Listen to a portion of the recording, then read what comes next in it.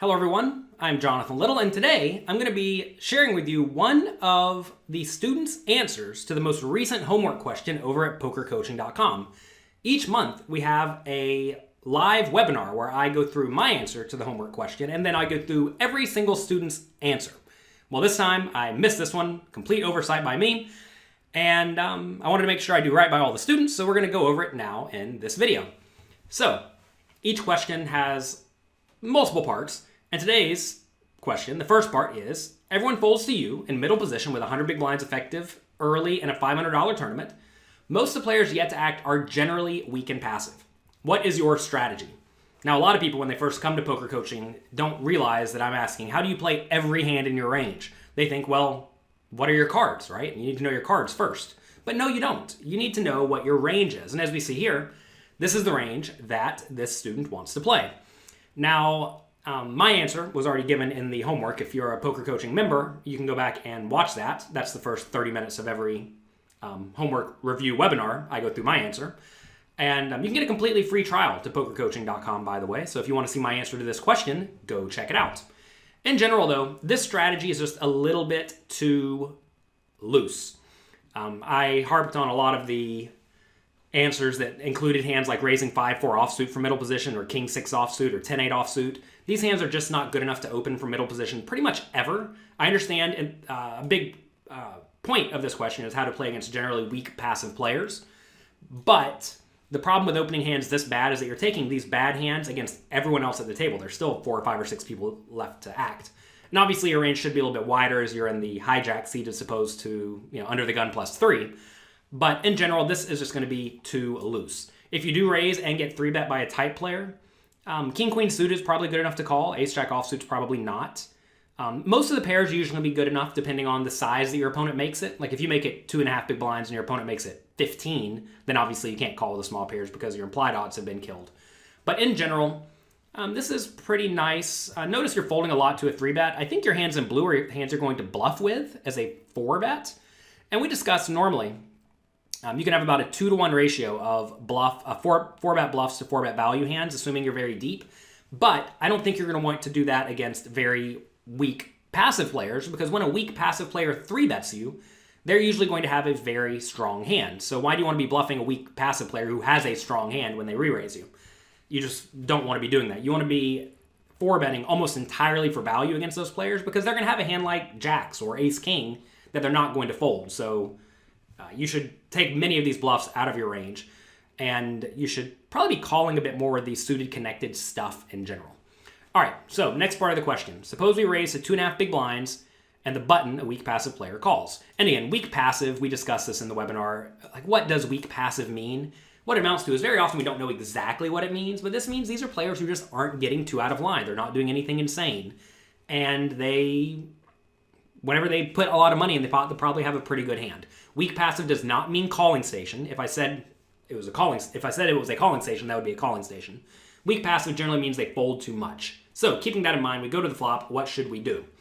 This person suggests we bet with our premium hands. These are the hands in red. These obviously all make sense. We should bet with our draws.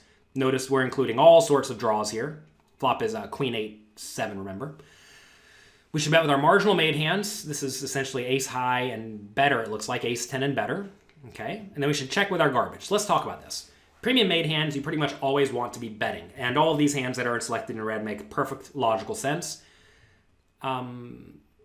The draws. Notice you have Jack 7 and 10-7 included here. These are pretty bad draws. Also notice you did not include backdoor flush draws. Like if you have a hand like King 9 of spades, hearts, or diamonds, you should almost certainly be betting with that. Because that's a hand that's going to be able to pick up a lot of equity on the turn a decent amount of the time.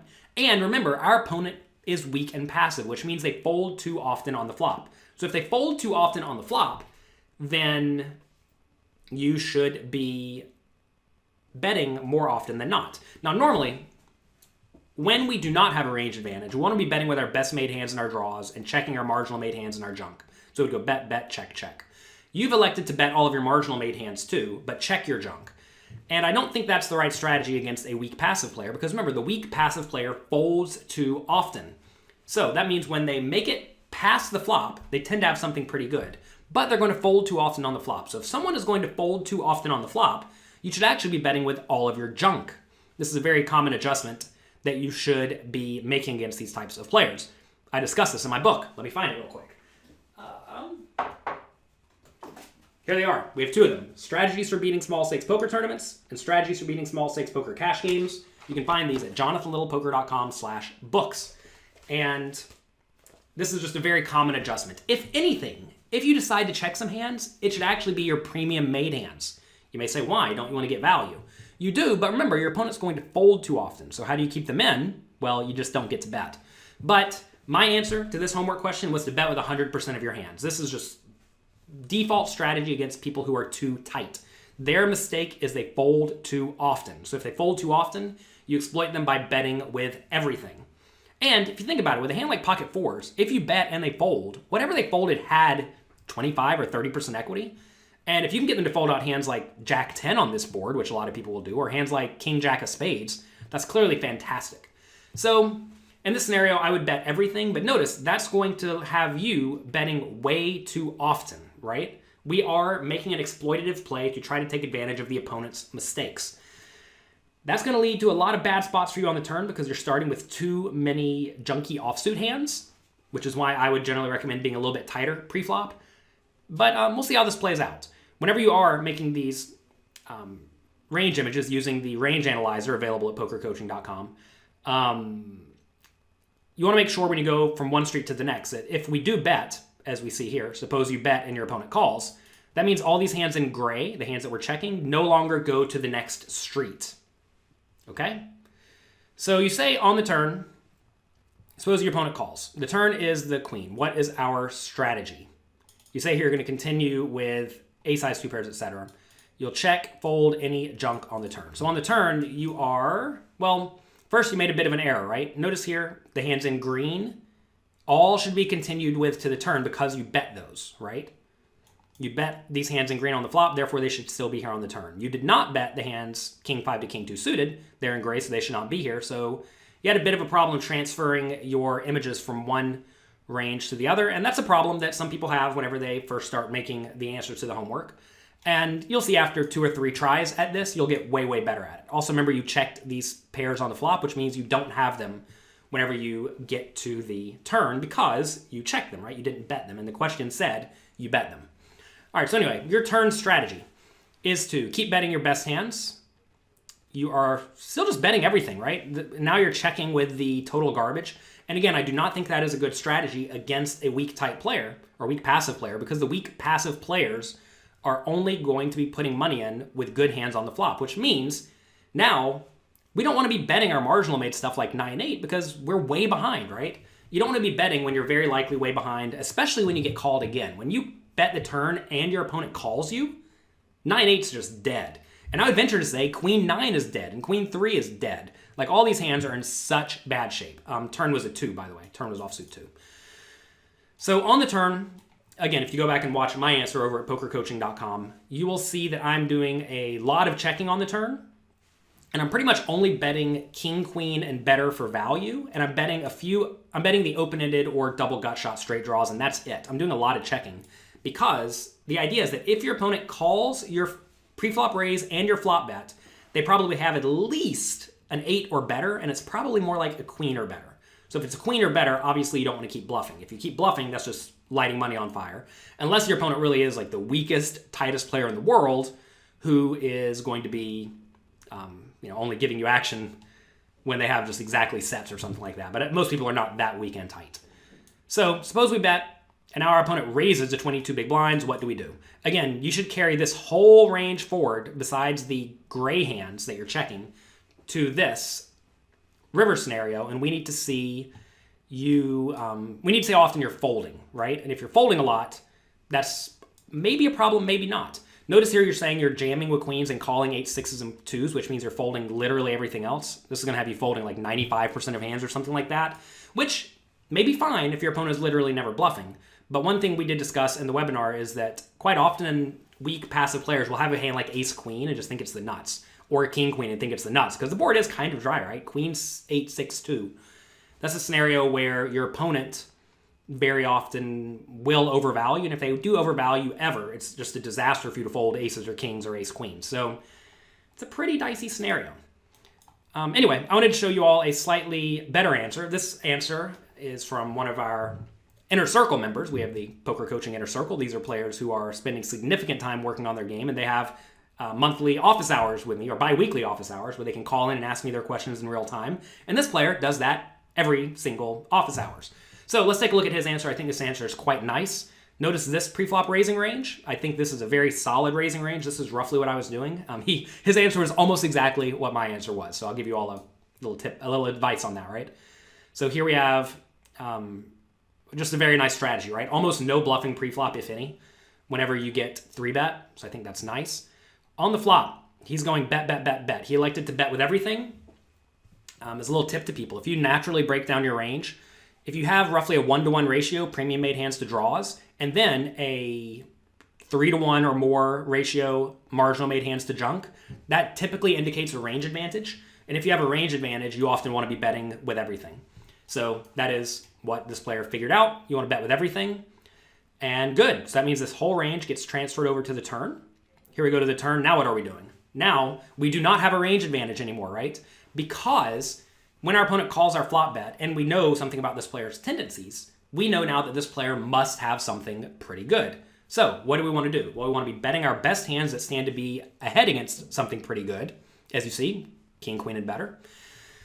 We want to be checking our marginal made hands. As you see, a lot of queens we're checking. And with these queens, we're planning to check call, right? We're not check folding our middle pairs. We're check calling the middle pairs. Actually, we're check calling all these hands in green. Maybe not 5s, 4s, and 3s. I mentioned that in my webinar. That was my one little gripe about this answer. 5s, 4s, and 3s should probably just be check folded on the turn. And then we're check calling everything else on the turn, then check calling perhaps 9s and better or a queen or better on the river, depending on how it runs out. So anyway, I think this is a good solid answer. Notice that we are going to be check folding too often from a game theory optimal point of view. A lot of people get in their minds they're supposed to defend the minimum defense frequency every single time, and that is not true against people who do not bet often enough, or people who play so tightly to where when they do get to a spot where they're putting money in the pot, they just have a really good hand.